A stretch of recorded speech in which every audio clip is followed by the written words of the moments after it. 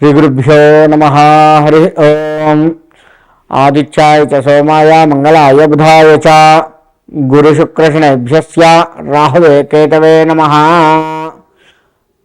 మనకి రాశి ఫలములు, ఈ రాశి ఫలాలకు వచ్చేస్తే మన పరిస్థితి ఎట్లా ఉంటుంది ఏంటి, అసలు ఈ నెల గత నెల కంటే కూడా ఈ నెల బాగుందా బాలేదా, గత నెల పడ్డట్టు లేదా గత సంవత్సరం పడ్డట్టు ఇబ్బందులు పడతామా, ఇటువంటివన్నీ కూడాను మనకి ఆలోచన వస్తూ ఉంటుంది. కాబట్టి మరి వీటికి ఏం చేయాలి, ఏ పరిహారం, ఏ రాశి వారు ఏ పరిహారం చేసుకోవచ్చు, అది కూడా అత్యంత తేలికగా పరిహారం చేసుకోవచ్చు. అంటే ఏదో పెద్ద పెద్ద హోమాలు పూజలు ఇలా కాకుండా అత్యంత తేలిగ్గా మనకు సామాన్యుడు కూడా చేసుకోగలిగేంత తక్కువ ఖర్చుతో ఉన్నటువంటి పరిహారాలు ఎట్లా చేసుకోవచ్చు ఏమిటి, అవన్నీ కూడా మనం ఇప్పుడు తెలుసుకుంటూ ఉన్నాం.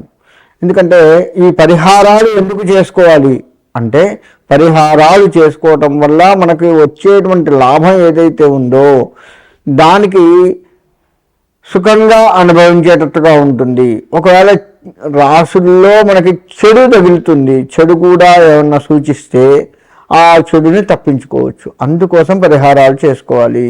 అంతేకాని ఇవన్నీ ఉత్తది, ఇవన్నీ చాదస్తం అని కనుక ఎవ్వరు వదిలిపెట్టినా సరే వారు ఆ కష్టాన్ని అనుభవిస్తూ బాధపడాల్సి వస్తుంది. అలా కాకుండా మనం భగవత్ ప్రీతిగా ఏ రాశి వారు ఆ రాశికి సంబంధించిన పరిహారాలను కనుక చేసుకుంటూ చక్కగా, మనకు ఇప్పుడు ముందే చెప్పుకుంటున్నాం కదా మనము ఎట్లా ఉంటుంది ఏంది అని, సుఖాన్ని వస్తే అక్కడ దాచిపెట్టుకుంటూ, అంటే మనకి ఏదైనా లాభం వచ్చేది ఉందనుకోండి, పైసా లాభం వచ్చేది ఉంటే దాన్ని ఎంతవరకు ఖర్చు పెట్టాలి, ఎంతవరకు దాచిపెట్టుకోవాలి చూసుకుంటూ రాబోయే కష్టానికి ఇవి దోహదపడేటట్లుగా మనము మన జీవితాన్ని బ్యాలెన్స్ చేసుకోవచ్చు అన్నమాట.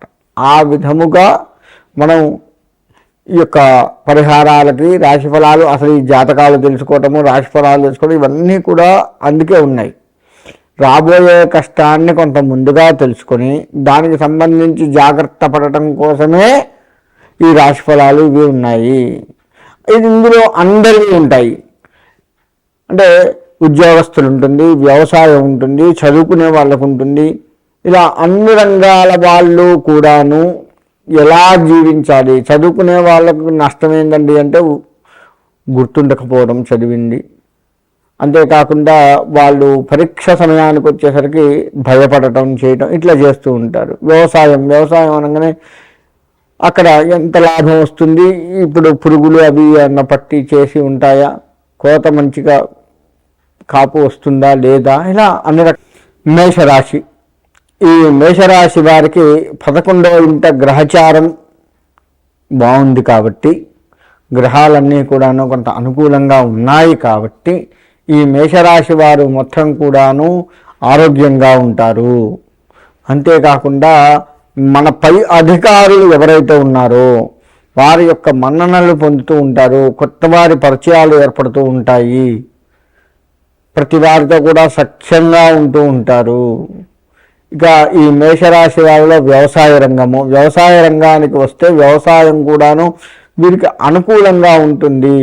వీరు చేయవలసిందల్లా కూడా ఒకటే, ఇష్టదైవం లేదు మన కులదైవం ఏదైతే ఉందో మనం పొలానికి వెళ్ళగానే ఆ దైవాన్ని ప్రార్థించుకొని పొలంలో అడుగుపెట్టి పనులు చేసుకోవాలి. తద్వారా ఆ పంటకి మొత్తానికి కూడా మన ఇష్టదైవం, కులదైవం, గ్రామదేవతల అనుగ్రహం కూడా మనకు కలగాలి. కాబట్టి వారిని స్మరించుకుంటూ ఉంటే ఆ దేవతా అనుగ్రహం వల్ల పంట ఆరోగ్యంగా ఉంటూ చేతికి వచ్చిన పంట కాస్త నోటి దాకా పోయే ఆస్కారం ఉంటుంది. కాబట్టి మేషరాశిలో ఉన్న వ్యవసాయదారులు ఎవరైతే ఉన్నారో వారు ఆ విధంగా చేయండి.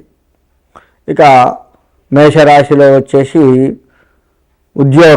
ఉద్యోగ రంగంలో వారికి బదిలీలు అయ్యే అవకాశం ఉంది. ప్రమోషన్లు కోసం ఆశపడేతారు, కానీ అది కొంత దగ్గరికి వచ్చిపోయే అవకాశాలు కనిపిస్తూ ఉన్నాయి. కాబట్టి ఆ విషయంలో కాస్త జాగ్రత్త వహించండి. ఒకటి. రెండవది, మనకి ఉద్యోగంలో తొందరపాటు పడకండి. ఉద్యోగ విషయాల్లో తొందరగా చేసుకొని వెళ్ళిపోవాలి అన్నట్టు కాకుండా కాస్త నిదానమే ప్రధానము అన్న రీతిలో కనుక వెళ్తూ ఉంటే బాగుంటుంది. వ్యాపారస్తులకు కూడాను ఈ మార్చి నెల మొత్తం కూడాను బాగుంటుంది. వీరు అనుకున్న పనులు అనుకున్నట్లుగా చేస్తూ ఉంటారు. వీరి దగ్గర ఉన్నది ఏంటయ్యా అంటే అధిక లాభాలు ఆర్జించడం అనే అత్యాశ కొంత కనపడుతూ ఉంది. దాన్ని కాస్త తగ్గించుకున్నట్లయితే మంచి లాభాలని చవిచూస్తారు. కాబట్టి ఆ విధంగా వ్యాపారస్తులు మసులుకోండి. ఇకపోతే విద్యారంగం చదువుకునేటువంటి పిల్లలు ఎవరైతే ఉన్నారో స్టూడెంట్స్, ఈ విద్యార్థులు కూడాను కష్టపడి చదువుతూ ఉండాలి. మీరు ఎంత కష్టపడి చదువుతూ ఉంటే అంత లాభాన్ని చవిచూస్తారు. ఈ కష్టపడటం అనేది మీకు స్వతహాగా వస్తే ఇంకా మంచిది. లేదు గురువులు తల్లిదండ్రులు ఎవరైనా చెప్తే విని ఆ విధంగా చేసుకోండి. మీ పక్కన వాళ్ళతో తొందరపడి పోటీలు పడకుండా జాగ్రత్త వహిస్తూ ఉన్నట్లయితే మేషరాశి వాళ్ళు అందరికీ కూడా మేషం నుంచి మీనం వరకు 12 రాశుల వారు ఎట్టి పరిస్థితుల్లో కూడా ఆదిత్య హృదయ పారాయణం చేసుకోండి. ఆదిత్య హృదయ పారాయణం దేనికయ్యా అంటే శత్రు జయము బాగా పనికొస్తుంది. ఆరోగ్య విషయాలు అందరికీ అనుకూలంగా లేవు. సరే, అనుకూలంగా ఉన్న వాళ్ళు కూడా సూర్యారాధన చేయండి. ప్రతి ఆదివారము కూడాను బెల్లంతో కూడుకున్న పాయసం చేస్తాము. ఆవు పాలతో అన్నం ఉడికించి చక్కగా బెల్లము వేయండి. అంతేకాని పంచదార వేయద్దు. బెల్లము వేసి సూర్యుడికి ప్రత్యక్ష నారాయణుడు మనకు కనపడుతూ ఉంటాడు. సూర్యభగవానుడు ప్రత్యక్షంగా సూర్యుడికి నివేదన పెట్టి దాన్ని మనం స్వీకరించినట్లయితే బెల్లం పాయసం అలా 4 వారాలు 5 వారాలు ఎన్ని వస్తే అన్ని వారాలు ప్రతి ఆదివారము కూడా తలస్నానం చేసి సూర్యుడికి నమస్కారం చేసుకొని ఆ పాయసాన్ని నివేదించినట్లయితే 12 రాశుల వారికి కూడాను ఆరోగ్యం పట్ల కాస్త అనుకూలంగా ఉండే సూచనలు కనపడుతూ ఉన్నాయి. కాబట్టి నేను చెప్పిన ఈ పరిహారాలు పాటిస్తూ ఉండండి. ఆదిత్యాయ చ సోమాయ మంగళాయ బుధాయ చ గురు శుక్ర శనేభ్యస్య రాహువే కేతవే నమః.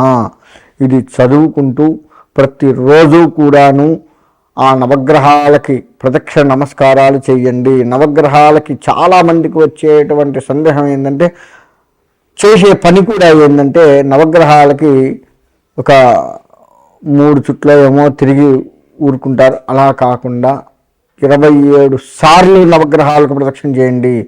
ఒక్కొక్క గ్రహానికి 3 సార్ల చొప్పున 9 గ్రహాలు ఉన్నాయి. 9 × 3 లెక్క వేసుకోండి, 27 వస్తుంది. 27 ప్రదక్షిణాలు నవగ్రహాలకు చేయండి. అప్పుడే మీరు, ఎందుకంటే అట్లా ఎందుకు చెప్తున్నా అంటే, మనం ఏ దేవత గుడికి వెళ్ళినా గుర్తుపెట్టుకోండి 3, 5 ఇలా ప్రదక్షిణాలు చేస్తాం. 3 కానీ 5 కానీ 11 కానీ 21 కానీ 41 కానీ 108 కానీ ఇలా పెంచుకుంటూ పోతూ ఉంటాం. కానీ నవగ్రహాల దగ్గరకు వచ్చేసరికి 3 ప్రదక్షిణాలు చేసి ఊరుకుంటారు, లేదా 9 ప్రదక్షిణాలు చేసి ఊరుకుంటారు. అంటే వాళ్ళకేమో ఒక్కొక్కటే ప్రదక్షిణ చేస్తాము. కనీసంగా 3 చేయండి. ఒక్కొక్క గ్రహానికి 3 వచ్చేటట్లుగా చేయండి.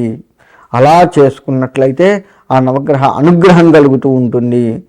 కాబట్టి ప్రతి వారు కూడా నేను చెప్పినటువంటి ఈ ఆదిత్యాయ చ సోమాయ మంగళాయ బుధాయ చ గురు శుక్రనేభ్యస్య రాహవే కేతవే నమః అనే మంత్రాన్ని చదువుకుంటూ నవగ్రహ ప్రదక్షిణ చేస్తూ మీరు ఏ దేవాలయానికి వెళ్ళారో ఆ దేవాలయ ప్రధాన దేవత, శివుడి గుడిలో నవగ్రహాలు ఉంటే శివుడికి మనస్ఫూర్తిగా నమస్కారం చేసుకోండి. అమ్మవారి గుడిలో ఉంటే అమ్మవారికి మనస్ఫూర్తిగా, ఆంజనేయ స్వామి అయితే ఆంజనేయ స్వామికి మనస్ఫూర్తిగా, ఇలా ప్రధాన దేవతకు నమస్కారం చేసుకున్న తర్వాత నవగ్రహాలకు నమస్కారం చేసుకొని ప్రదక్షిణాలు చేసుకొని మళ్ళీ ప్రధాన దేవతకు ప్రదక్షిణ నమస్కారాలు చేయండి. ఈ విధంగా చేస్తే చాలా బాగుంటుంది. కాబట్టి 12 రాశులు కూడా మీకు అనుకూలత ఉండాలి అంటే మాత్రం ఈ విధంగా చేసుకోండి. మీకు నవగ్రహ అనుగ్రహం కలిగి సుఖంగా ఉంటారు.